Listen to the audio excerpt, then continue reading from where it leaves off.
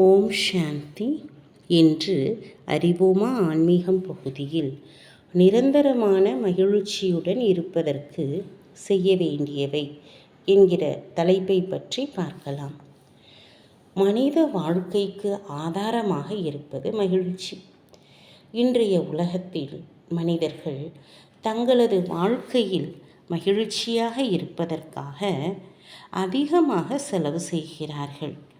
மகிழ்ச்சியில் தற்காலிக மகிழ்ச்சி, நிரந்தர மகிழ்ச்சி என்று இரண்டு வகை இருக்கிறது. தற்காலிக மகிழ்ச்சி என்பது குறுகிய கால பலன்களால் கிடைக்கிறது. பெயர், புகழ், மரியாதை, பதவி, செல்வம், வசதி வாய்ப்புகள் முதலியவை இந்த மகிழ்ச்சியை கொண்டு வருகின்றன. சிறிது காலத்திற்கு ஒருவரது முகத்தில் இவை மலர்ச்சியை ஏற்படுத்துகின்றன. நிரந்தரமான மகிழ்ச்சி என்பது தன்னை உணர்வதனால் ஏற்படக்கூடிய மகிழ்ச்சியாகும். தன்னை ஆத்மா என்று உணர்வதனால் ஏற்படும் உண்மையான ஆன்மீக மகிழ்ச்சி ஒருவரிடம் நிலையான மகிழ்ச்சியை நிறைக்கிறது. இந்த ஆன்மீக மகிழ்ச்சியின் அதிர்வலைகள் மற்ற மனிதர்களுக்கும் பரவுகிறது. அவர்களுக்கு அமைதியையும் சக்தியையும் அனுபவம் செய்ய வைக்கிறது. குளிர்ந்த நிழலை தரும் மரம் தன்னிடம் வருபவர்களுக்கு சிறிது நேரத்திற்கு குளிர்ச்சியை அனுபவம் செய்ய வைக்கிறது. அதுபோல நிரந்தரமான மகிழ்ச்சியுடன் இருக்கின்ற ஒருவர் பிறருக்கு உடலுக்கும் மனதிற்கும் அமைதியையும் சக்தியையும் அனுபவம் செய்ய வைக்கின்றார். மகிழ்ச்சியில் 3 விதங்கள் இருக்கின்றன. 1. தன்னிடம் தானே மகிழ்ச்சியாக இருப்பது. 2. பிறர் மூலமாக மகிழ்ச்சி அடைவது. 3.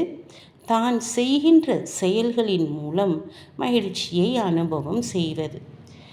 பெரும்பாலும் பலர் தன்னிடம் தான் மகிழ்ச்சி இல்லாமல் இருக்கின்றார்கள்.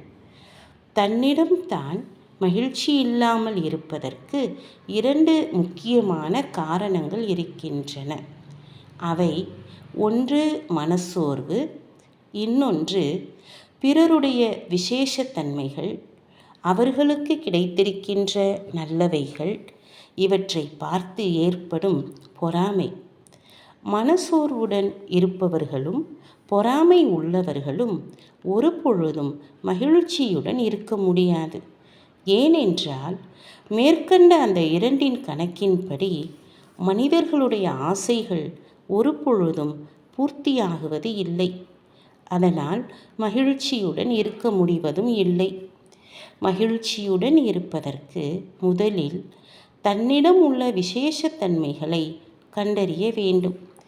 ஏனென்றால் இறைவனின் படைப்பில் அனைவரிடமும் விசேஷத்தன்மைகள் உள்ளன. அவற்றை கண்டறிந்து செயல்படுத்த வேண்டும். அப்போது மகிழ்ச்சியுடன் இருக்கலாம். தன்னிடம் மகிழ்ச்சியாக இருப்பவர்கள் பிறரிடமும் செய்யும் செயலிலும் மகிழ்ச்சியுடன் இருப்பார்கள்.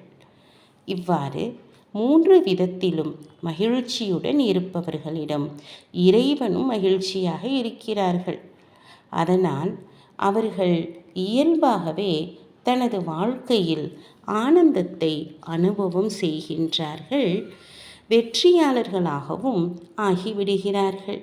ஓம் சாந்தி.